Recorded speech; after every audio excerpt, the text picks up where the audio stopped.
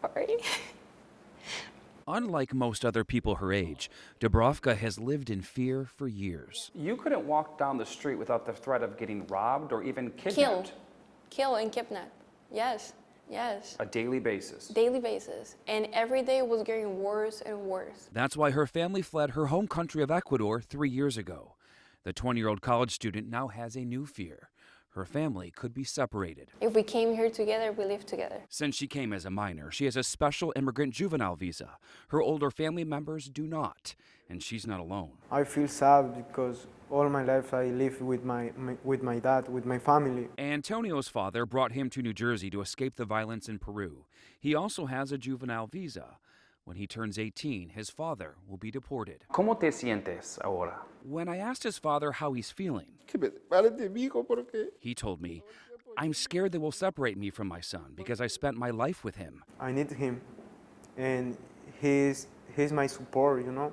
He's my dad. They're worried new immigration policies could be harsher and have devastating impacts on their families. There's so much uncertainty right now. Attorney Veronica Cardenas represents both families. Listening to everything, the statements of Homan, of Trump, how people should be afraid, that's what they've said. People should be afraid. And so they're going to make sure that when people come, the conditions are so horrific that they don't want to stay to make their case for asylum. She has firsthand experience.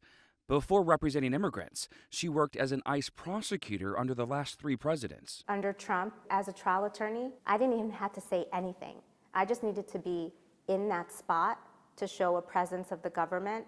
The law was already written. Their cases were decided before they even sat before the judge and made their pleas. She believes more people will be detained and turned away at the border, and pending to new cases will move more quickly, with judges having less discretion to make decisions. What do you have to say to the people who think, hey, my ancestors came here through a documented process and everyone else should as well? We don't live in a world of shoulds. This is the reality. And as Americans, we have a choice.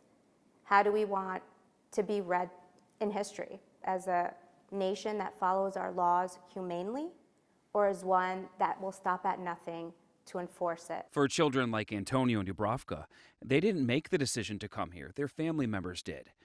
But someone else could soon decide whether their families remain together. I mean, it's really hard for everybody. And I will say that nobody wants to leave their country to look for the things that they cannot find in their own place.